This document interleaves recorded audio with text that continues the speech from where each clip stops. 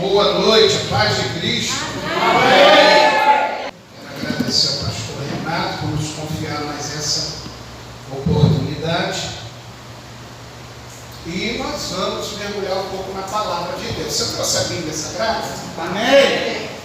Eu quero compartilhar com vocês uma palavra que Deus tem gerado no meu coração. Na verdade, ela é um cumprimento da palavra que o pastor Renato já tem ministrado aqui nesse altar. Então eu entendo que quando a gente está debaixo de uma visão espiritual, dentro de uma direção, tudo deve discorrer e convergir, não divergir, ser direcionado debaixo dessa visão. Então eu estou aqui debaixo da autoridade hoje aqui nessa igreja do pastor Renato. Então ele me incumbiu com essa missão. Acima dele tem o Espírito Santo que fala conosco. Aleluia! Acima de mim tem o Espírito Santo que revela, que penetra todas as coisas. Então, a palavra que eu tenho aqui, ela começa, na verdade, com um sonho que eu tive, porque a partir do sonho, no domingo que passou, o Senhor me trouxe essa palavra. E o pastor, dirigido pelo Espírito Santo, me orientou, me deu a direção para que eu falasse sobre isso. Não é? O pastor pregou aqui em Apocalipse 22 no domingo.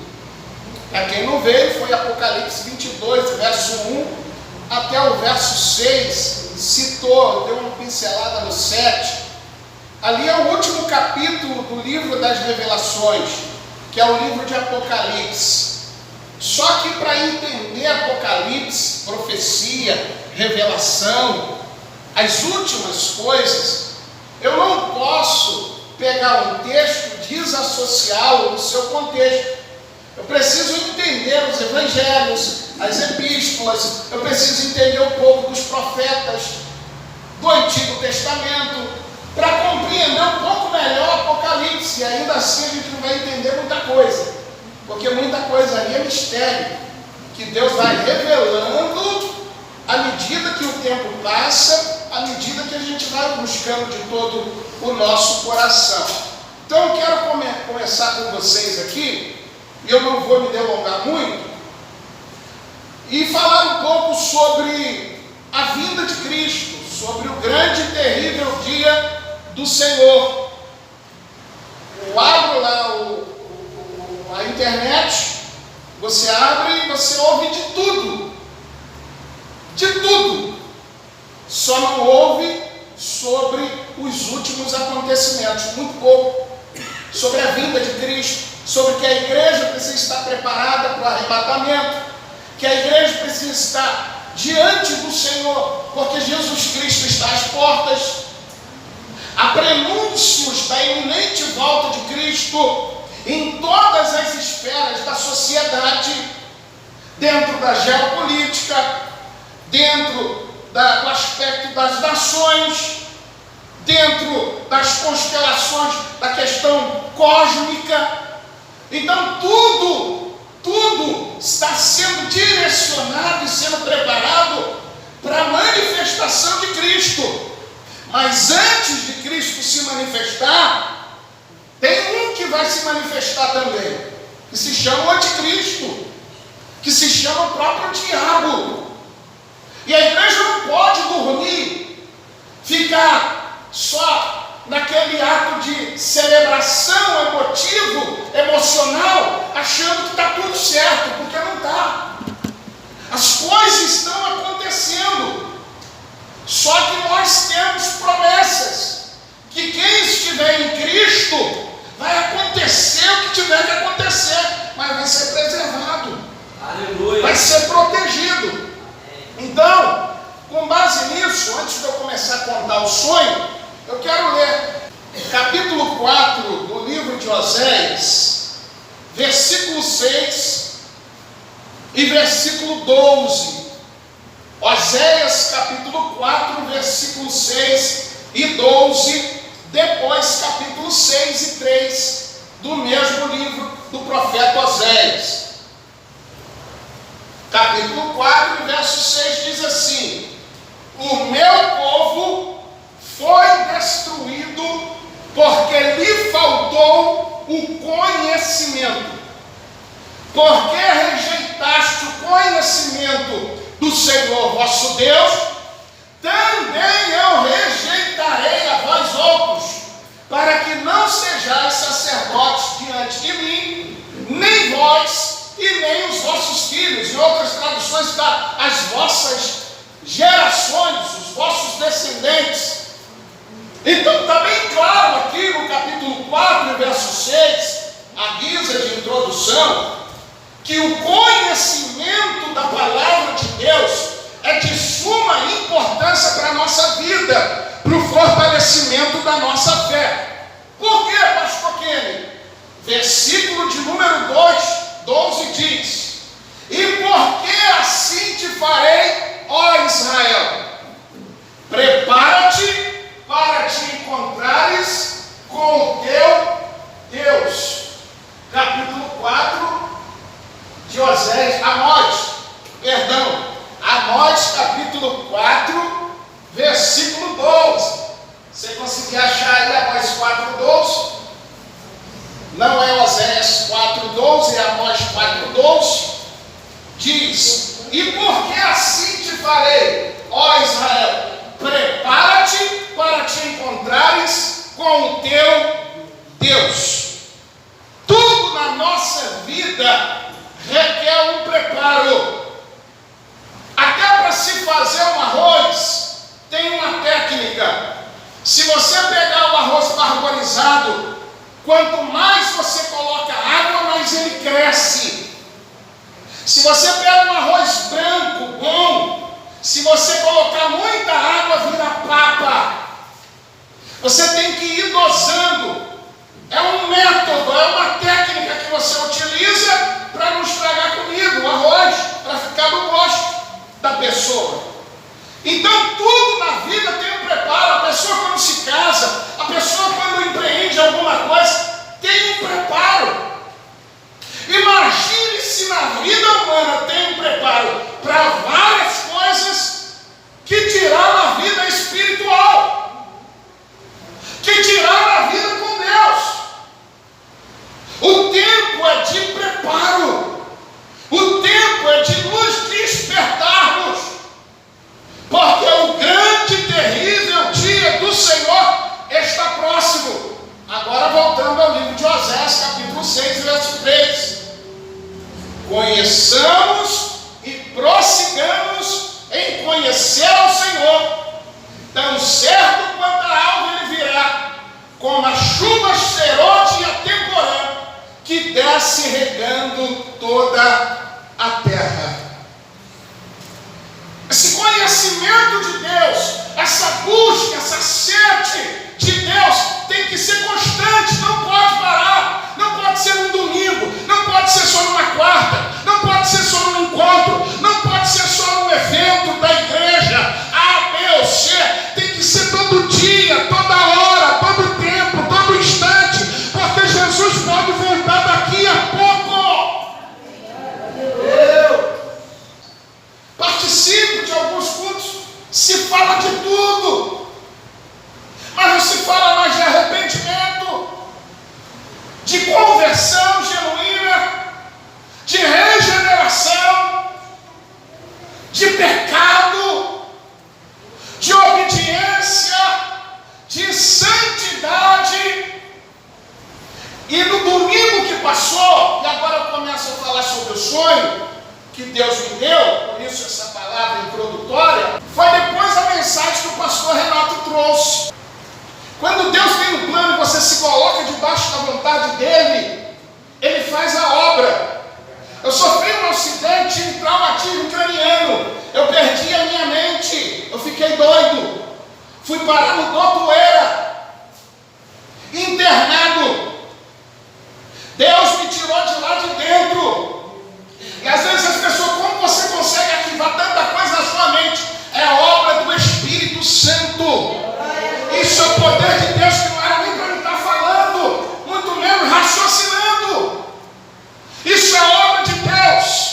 Aquele que começou a boa obra é fiel para completar a obra que ele começou na minha e na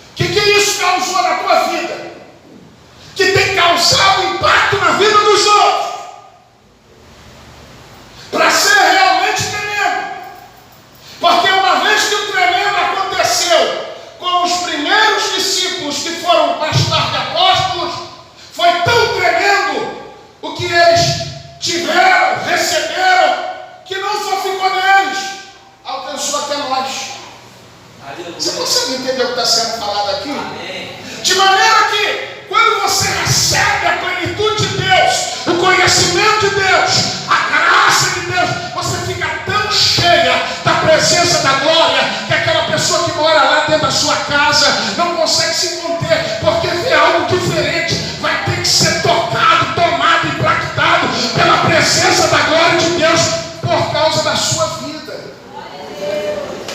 Alguém está aqui comigo? Amém. E nesse sonho, depois do culto de manhã, eu deitei um pouco para descansar. 12:15, eu dormi. Deus fala muito comigo em visão. Eu estou falando com vocês aqui, abre uma visão na minha frente, em revelação, em palavra de sabedoria, de conhecimento, enfim, em cura, milagre, maravilhas. Mas é difícil falar comigo em sonho. Mas quando eu sonho assim, Deus fala comigo no sonho, eu sei que é Ele. Porque toda experiência, guarde isso, espiritual, toda, precisa passar pelo crivo da palavra, do embasamento da palavra. Senão pode ser qualquer tipo de coisa, menos revelação vinda de Deus. Você tem que provar tudo à luz da Bíblia, da palavra de Deus. Poxa, espera aí, eu sonhei, será que eu não estava com a barriga cheia? Será que eu não estava muito perturbado, atribulado, angustiado, agoniado, depressivo, provado? Porque tem sonho que é da natureza humana, do psique, do inconsciente. Tem sonho que é o diabo que coloca e entra no nosso inconsciente, subconsciente, para poder nos atacar. No nosso estado intermediário, que é durante o sono. Mas tem sonhos, tem momentos que é Deus que desce na terra para falar com você. E eu adormeci, e naquele momento abriu um clarão na minha frente e eu vi o céu. O céu estava muito escuro. Já viu aquela tempestade brava para se armar? Escurecido, tenebroso, dava medo. Parecia que o firmamento ia cair sobre você. E eu fiquei assustado. E eu vi as pessoas à minha volta correndo, gritando, desesperadas, procurando abrigo, entrando por dentro de casa, por dentro de quintal, correndo pelo meio da rua, procurando um lugar para se abrigar. E o mais interessante é que elas não conseguiam abrigo, porque mais seguro que elas aparentemente pareciam estar, elas não conseguiam sentir paz. Eu começava a ver tudo aquilo, de repente, eu continuava a olhar para o céu, me desligava do que estava acontecendo à volta, e começavam a cair pedaços de rocha. Para quem não sabe, pedaços de rocha, quando cai do céu, é meteoro, meteorito. São os fundamentos das galáxias sendo abalados. E se não fosse a proteção, primeiro de Deus, e da criação do nosso sistema solar, que trabalha de forma uniforme, cadenciada e organizada, a Terra já não existiria mais. E eu vi aqueles fundamentos caindo sobre a Terra, e as pessoas desesperadas. Aí eu entrei em desespero, e eu comecei a clamar. Eu fiquei preocupado, porque já viu que você passa uma situação tão difícil, que te causa um impacto tão grande, que você fica paralisado, você não consegue se mexer? Já passou por isso? Eu já, várias vezes. Você não tem perna para correr, você fica sozinho, aí começa a dar uma tremedeira. Foi exatamente como eu fiquei no sonho. Só que quando eu olhei para mim, eu estava com uma roupa diferente. E no meio daquela multidão desesperada que corria, haviam pessoas com uma roupa igual à minha. Eu ouvia uma voz literalmente dizer assim. Eu ouvi uma voz literalmente literalmente dizer assim: somente os que foram selados estão protegidos. Eu ouvi essa voz mais forte: só os que foram selados é os que estão protegidos. Vai cair, vai vir. O povo entrou em desespero, mas os selados, quando eu percebi, aqueles que tinham uma roupagem diferente, estavam em paz. Amém. Falei, como é que pode? O céu está desabando literalmente. E aqueles que estavam com uma veste diferente, que eram selados, estavam com semblante de paz, de segurança, de tranquilidade. Sabe quem são esses selados? Que Apocalipse fala. Eu fui pesquisar na Bíblia, eu fui ler sobre isso. O Senhor começou a me trazer vários textos bíblicos. Eu falei, meu Deus, está na Bíblia, eu já li isso. Eu comecei a lembrar pelo Espírito de Deus os textos. E é sobre isso que eu quero continuar a compartilhar com você. Porque a vinda do Senhor está próxima. Quem tem ouvidos para ouvir, que ouça o que o Espírito Santo diz à igreja. Aleluia! Pastor pregou no capítulo 22. É uma esfera, é um nível espiritual. Bem depois de todos os acontecimentos. Porque para chegar no novo céu, na nova terra, existem implicações. Eu preciso estar preparado. As 10 virgens e a parábola que você e eu nós conhecemos, 50% estava preparada, 50% não estava preparada. 5 loucas e 5 prudentes. Quando Jesus voltar, Ele quer encontrar uma igreja se preparando ou preparada? Preparada. Quanto a esse preparo, hoje, agora, na sua casa, no seu trabalho, na empresa onde você está, caminhando na rua, ele pode vir como de súbito. A palavra arrebatamento não aparece no original grego. Ela foi traduzida em português por arrebatamento, mas a palavra lá é rápido. Raptado. Tomado para si de súbito, de repente. Aleluia. Deus vem, tira você, leva você. Viver com a família aqui é muito bom. Ter as pessoas que nós amamos é maravilhoso. Só que nada vai se comparar àquele grande dia. Porque a nossa vida é como a flor da erva, disse o pregador no livro de Eclesiastes. Ele nasce, cresce, desabrocha, aflora, floresce, frutifica, depois murcha, morre, cai, vira poeira e o vento leva.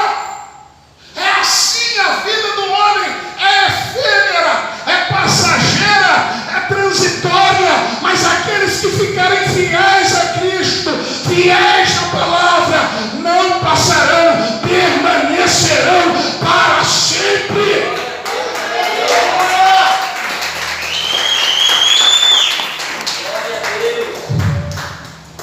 Toda vez que você lembrar da vinda de Cristo, meu Deus, nos últimos acontecimentos, você vai lembrar de uma palavra chamada escatologia. Pastor, o que significa escatologia? Tem uma expressão grega, escatologos. Doutrina ou ensinamento das últimas coisas. Ensinamento acerca dos últimos acontecimentos. Ah, pastor, quando eu leio o livro de Apocalipse, eu não entendo nada, eu tenho até medo. Porque tem umas coisas tão tenebrosas ali, a besta que subiu do mar, os 10 chifres, a grande meretriz, grandes acontecimentos, catástrofes. É melhor deixar isso para lá, só me alimentar da bênção. unção, é poder, é tudo isso. Só que você precisa entender que para os salvos, o livro de Apocalipse é bênção. É a revelação de Deus. Lembra do sonho que eu tive? Só os selados eram protegidos. E vai ser assim naquele grande dia. Somente os que foram lavados e remidos pelo sangue de Jesus. Amém. Serão preservados. Então essa palavra escatologia é a doutrina das últimas coisas. Eu não posso tocar em alguns textos da Bíblia se eu procurar descobrir isso. Eu sei que às vezes você é uma pessoa simples, não teve tanta condição de se dedicar aos estudos, mas Deus preparou uma igreja apostólica do amor de Cristo para poder abençoar a sua vida com conhecimento saudável. Aleluia. Que é ministrado aqui nesse altar. Para você não ser ignorante. Ah, pastor, minha mente não dá não. É que você não me conhece. Eu ia para a escola para comer merenda quando era criança. Fui expulso várias vezes. O que fez eu ter sede de conhecimento foi quando Jesus entrou na minha vida. Quando Jesus entrou na minha vida, eu conheci Jesus, foi de verdade. Eu quero ser. Quero largar essa sujeira toda. Apesar de ter sido criado no lar militar, meus títulos militar, sabendo que é certo ou errado, sempre fui cabeça, sempre fui trabalhador, sempre lutei, fui educado assim. Minha avó da roça não sabia ler nem escrever, mas ela, homem, para ser homem, tem que honrar as causas, tem que honrar a família, tem que honrar os seus compromissos, tem que gostar de trabalhar, tem que arcar com tudo. Tem que suar a camisa, isso é homem. E tem que amar Deus. Eu fui criado ouvindo isso na minha cabeça, desde criança. Alguém está aqui comigo? Amém. Então, a pessoa, toda ela é inteligente, mas teve algum bloqueio em alguma área da sua vida que bloqueou esse conhecimento. Então, quando Jesus entra na vida da pessoa, ele desata, desbloqueia isso, para que você comece a viver o que você nunca viveu, comece a desfrutar do que você nunca desfrutou, pela presença de Cristo na sua vida. E eu descobri que eu não era burro, que eu era muito inteligente. Não existe ninguém burro, existe gente ignorante. Tem duas designações para ignorante: aquele que usa de brutalidade, no nosso linguajar popular, e, de acordo com a língua portuguesa, é aquele que ignora. Vamos crescer, vamos avançar. Para mim está bom. Vamos ampliar, vamos lutar, vamos, Deus é conosco. Estou bem assim. A vitória é sua, Deus é conosco, Deus já falou, já liberou a palavra. É bom. Você conhece alguém ignorante? Eu já fui muito ignorante, mas eu luto contra esse espírito de ignorância. Então, quando ele tenta se aproximar, eu busco conhecimento. Me alimento de Deus, daquilo que me traz edificação. Lembrando que a gente se alimenta por aquilo que a gente lê, por aquilo que a gente fala, por aquilo que a gente vê e por aquilo que a gente ouve. Alguém está aqui comigo? Amém. Porque eu compreendo tudo aquilo que a gente recebe, a gente tem que repartir. Porque senão fica obsoleto, sem sentido, sem significado, sem significância. O reino de Deus é compartilhamento também. Se eu tenho, quanto mais eu tenho, quanto mais eu recebo, mais eu posso entregar. Está conseguindo entender isso aqui? Amém. Então, não existe ninguém ignorante, não existe ninguém burro, existe aquele que ignora. Então, há um despertamento nesses últimos dias para a igreja.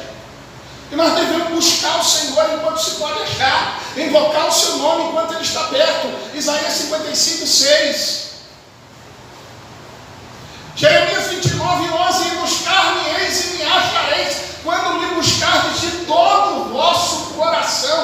serei achado de vós, diz o Senhor. Orareis a mim, invocareis o meu nome, e eu me apresentarei diante de você. Evangelho de Jesus Cristo, segundo a gente, Mateus, capítulo 6, verso 33. Mas buscai em primeiro lugar o reino de Deus e a sua justiça, e todas estas coisas, a expressão demais coisas não está no original, é estas coisas. Que coisa que existe no reino de Deus? Paz, alegria, cura, prosperidade, abundância, libertação, transformação, salvação, milagre. Quem está entendendo a palavra agora? Então, para correr, essa escatologia bíblica, essas últimas coisas, que parece complicada, se define assim, rapidinho. Eu não vou teologizar a coisa, é você procurar ser sintético aqui e mais bíblico, como eu estou sendo e como comecei. Mas para que você entenda, existe a compreensão dos últimos acontecimentos, no sentido geral, englobando todas as coisas. Essa escatologia, essa compreensão das últimas coisas, no sentido individual, como é que está a minha condição diante de Deus? Se Jesus voltar hoje, como é que está a minha situação escatológica? Isto é,